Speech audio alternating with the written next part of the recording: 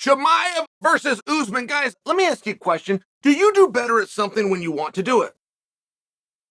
Do you do better at something when you're excited to do it? Do you do better at something when it's your idea? When you better at something, are you more excited about it when you ask for it? Maybe it was your parents when you were a little kid. They told you no. They told you no over and over. You believed the no. You really wanted, but you believed the no. And you woke up and it was your birthday and you opened the present. And it was the thing that they told you couldn't have. Has that happened to you? And if it hasn't, has something like that happened to you?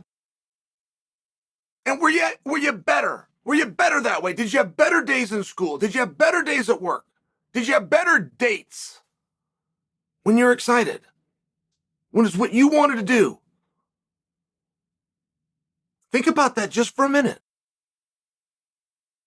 Do we have a unanimous yes? Okay. I'm going to ask you a question. Kamaru Usman was the champion of the world. Just shy of this time last year. As a matter of fact, at this time last year, Kamaru Usman was the champion of the world. And in the 2 years prior to that, he was also the champion of the world. But in those 2 years, including COVID times, there was a talk of a young man named Khamzat Chimaev that should be given the opportunity because he can beat him. He is truly the best. We haven't seen it. We've seen really good things. We've seen undefeatedness, and we've seen that he's got power in his hands, and we can see he's willing to do things. We know that he's got a great attitude, but we're hearing rumors out of the rooms, out of the practice rooms, that he can beat anybody, including Kamaru Usman. And Usman, who's the best in the world, who just prior to this narrative lived in a different narrative where he was the first 170-pounder to ever be compared to George St. Pierre, and the person who made the comparison wasn't dismissed for being a fool. There has never been a welterweight that you could compare to George St. Pierre and make the argument that he's better than George.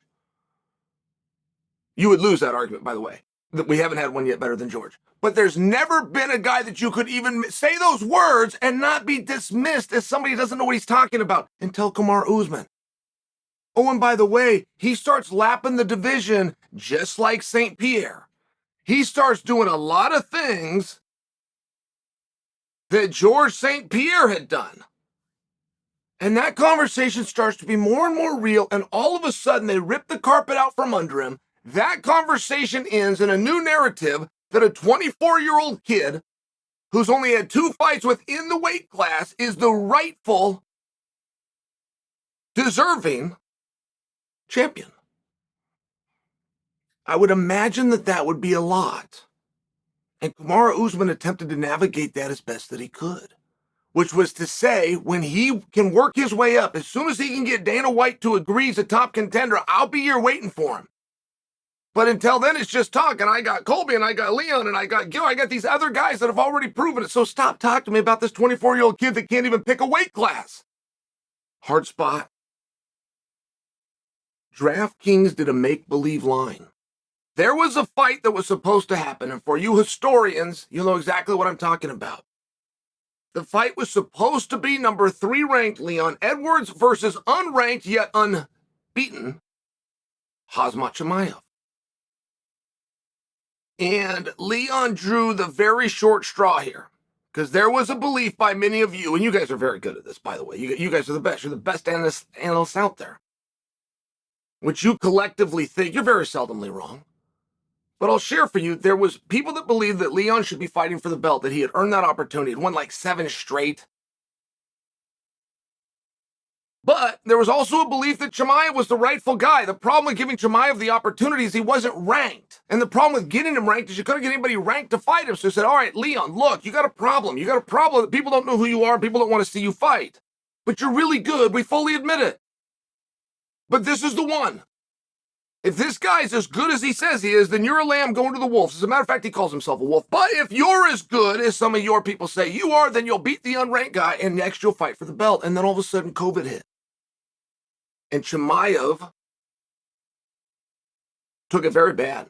I mean, there was times where people thought he was going to die. It was bad. It was for sure the end of his career, but it could be the end of his life. It was a very bad case when this pandemic went around. And just prior to that news coming out of him being on a respirator and in a hospital, DraftKings put out a line. And DraftKings not only put out a line for Chimaev versus Edwards, which had Chimaev's favorite. Very close, but Chimaev was favorite. They also put out a line if he was to win, Chimaev versus Kamaru Usman. And that one had Usman as a favorite 2-1. DraftKings did not agree at that time with what the masses did. Now, guys, I'm going back 2 years, and that story could be closer to 3. I'll tell you what, I used to be great at timelines. COVID really did throw me off. So I'm not 2-3 years back, okay? But now it's the same guys. And you have to understand, when DraftKings favored Kamaru Usman, this is the point of the whole thing. Make sure you stay with me on this. When DraftKings favored Kamaru Usman, Kamaru, while being world champion and while being ranked #1, didn't want to do the fight. I mean, why would you? I can only tell you this as a fellow fighter, not even a friend of Kamaru. Like, I haven't called him and talked to him about this. I don't need to. I know what I'm looking at. I can put myself in his shoes, right? The golden rule of life. You don't want to fight some 24-year-old. You don't want to fight some up-and-comer. You don't want to fight the guy that everybody say, oh, he's so scary and he's in the rooms. That's not what it's about. You got to fight a guy. It's one of the great things about being champion. You make these guys come to you, because when they come to you, now you videotape. You have footage. That's the whole thing. You now have footage to watch a guy. That's why you make him have these fights. Not so somebody can make him stumble and fall. Not the whole, you've got to deserve it and earn your way to me. Yeah, that's what you say, but that's not what you're really after. What you're after is more and more fights and more positions, more and more adversity, so you can see how he reacts. So you can come up with your strategy and your plan. So DraftKings back then, when Kamaru wouldn't have wanted to do the fight, had Kamaru as a 2-1 favorite in a mythical fight. Now the fight's here and Kamaru does want it. And we all know that. But DraftKings has decided that Khamzat Chimaev is the favorite. And I had a lot of people telling me, Kamaru's not big enough. That's the problem. Kamaru's not big enough. And I think that's a very real concern. I listened to you on that. Now, I will very calmly tell you, as somebody that followed Kamaru Usman's wrestling career, when he wrestled and had world and Olympic aspirations, he did that at 184.75 pounds, if you want to be specific. You hear me tell the story, you'll hear me say 185 pounds. It was 184.75 pounds. That's what he did. That's where he was comfortable. And he had to cut weight to get to that. Not a lot, but he did. It's a very, very good sized guy for this weight class. But I keep hearing that's why DraftKings is favoring Chimaev. Do you guys not know that Chimaev is also a 170-pounder who is moving up to 185? Are you not aware of that? And this, of course, is what I said. They said, oh, yeah, but there's pictures of him, and he's huge out there. Oh, he looks good in these photographs. He's 200 pounds.